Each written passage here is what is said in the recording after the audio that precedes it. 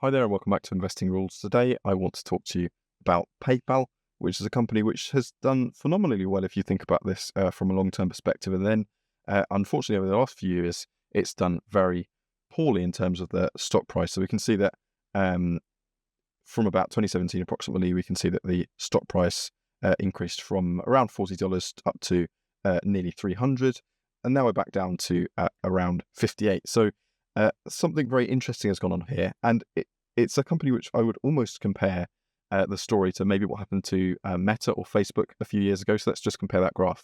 So here's Meta, and obviously there are some clear similarities between these companies. They're both American technology companies. We can see that Facebook followed a very similar pattern here in terms of returning to the stock price it was at many years before.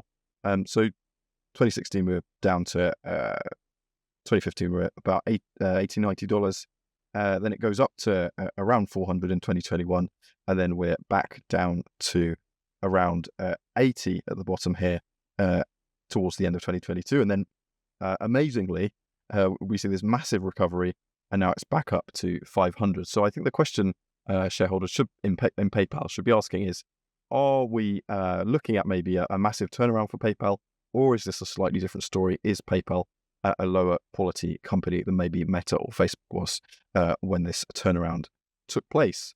So let's investigate that. If you've seen over my previous videos, you'll know that I favor a discounted cash flow method for basically starting off the valuation story for companies. So with PayPal, you can see that if we, even with a discount rate that's pretty high, around 11%, this is a company which is actually undervalued at the moment on the basis of projecting its earnings into the future. And even if we do a slightly lower growth rate, around 10% annually for those earnings, it still seems reasonably undervalued.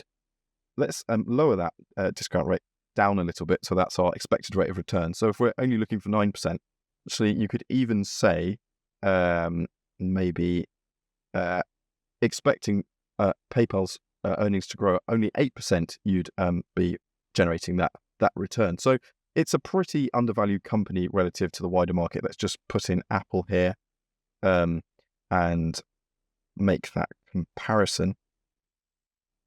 We can see that Apple is really quite expensive based on those metrics, based on projecting its earnings growth into the future. So that's a basic look, but let's look at some of the more detailed aspects of this company that will obviously affect how it's able to grow its earnings into the future. Now, obviously, PayPal's management want you to focus on some the core business basically, and some of the products that they have and the way the business works, which is obviously that they've got PayPal in terms of when you're doing an online checkout. They do it on the back end as well in terms of being a sort of payment processor.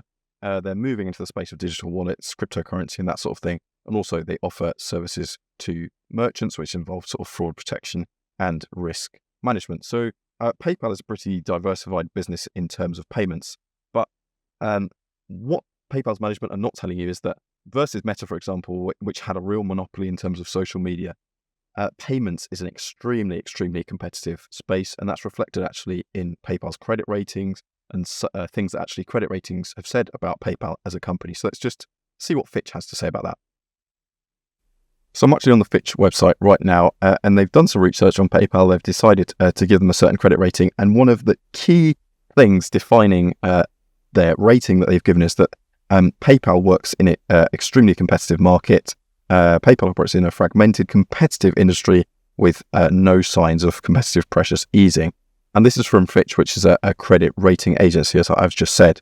And there's a list of companies that it gets competition from here, which is quite interesting. So we've got payment technology providers like Visa and MasterCard, but also other technology companies like Apple, Stripe, Adyen, Amazon, Google, Block, Shopify, and others. And the company has historically executed well. Fitch do say this, but that these markets are evolving really rapidly, and that PayPal doesn't have really a grip in the traditional brick and mortar retail space, though it does have a slight competitive position within the e-commerce space. So this is very interesting. But maybe this is still a high quality company. Let's look at some of the other aspects of the business recently. And obviously, as I was researching PayPal, I did look through some of their investor presentations. This is their 2024 first quarter investor update. And frustratingly, what I'm not seeing from PayPal is a really strong strategy on how they're going to continue being a dominant player in the space of online payments. What I do see is a lot of nonsense, really. Let's just look at this slide, which says principles for value creation. Start with the customer. I think that's pretty obvious. Focus on profitable growth. Also, I think that's also pretty obvious, and they probably don't need to put this in an investor presentation. Drive operating leverage. Now, that is a bit more strategic. That's about having more income, generating more proportional income for revenue. So that's a bit of a technical term there. Then we've got another silly one, which is set measurable goals. Of course, they should be doing that. That's pretty obvious. Communicate consistently also. And then maintain a strong balance sheet. Now, I would say PayPal does have a strong balance sheet, which is really good. So they are quite careful about that. And they are also returning excess cash through share buybacks. But what I didn't see from this investor presentation was really a grasp of how they are going to increase their market share in this industry. So that was a bit frustrating. And there were also some other quite frustrating things that I saw, which I'm going to share with you now. So here's something else which is really frustrating. This is more a quantitative thing rather than a qualitative thing.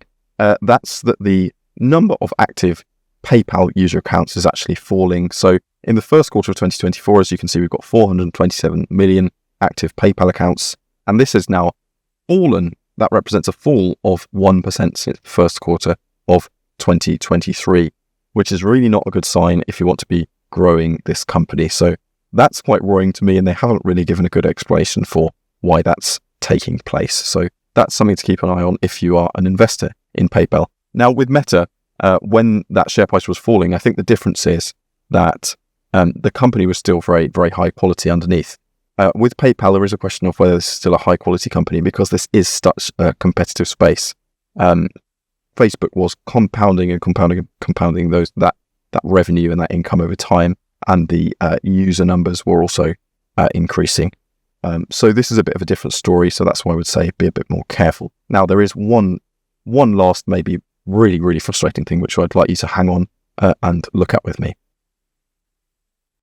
And that is, while PayPal has not managed to communicate effectively about how they're going to increase their revenues, they have made this lovely, lovely document about their global impact. And there is a lot of nonsense here, which really has nothing to do with the underlying business. So this is really, really disappointing.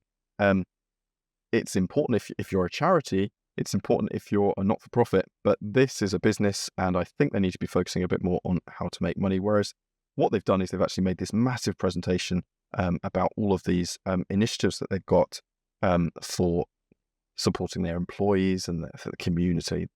They use words like this. So we've got Aliados, which is celebrating Latinx communities. We've got Believe Interfaith at PayPal.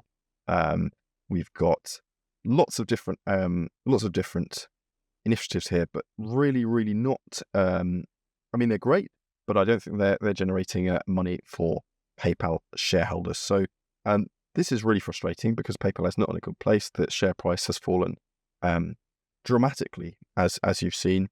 And if I were a shareholder in PayPal, which I'm not, because of this, and because obviously it's such a competitive space, I would want them to be focusing on other things, really. If from the management perspective, I would want them to be focusing on why they have such a weak competitive position currently, and why their user numbers are going down year on year.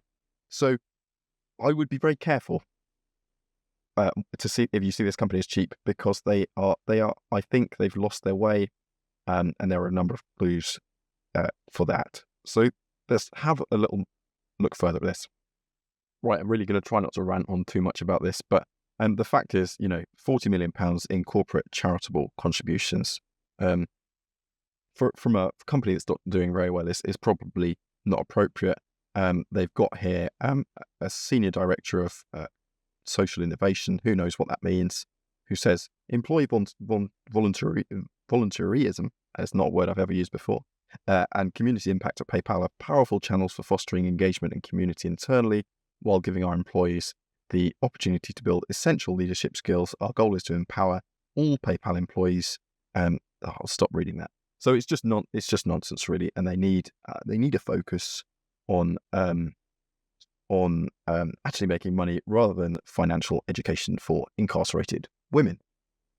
Right, I hope you enjoyed this video. Hopefully I will be able to make another one about more companies that you may want me to analyze in the future. If you could leave me a comment letting me know which companies you'd like me to analyze, that'd be fantastic. I really appreciate your support. I'm really appreciating the subscribers that I'm getting and the views on my videos. Really appreciate it. I will see you in the next one. Thank you very much.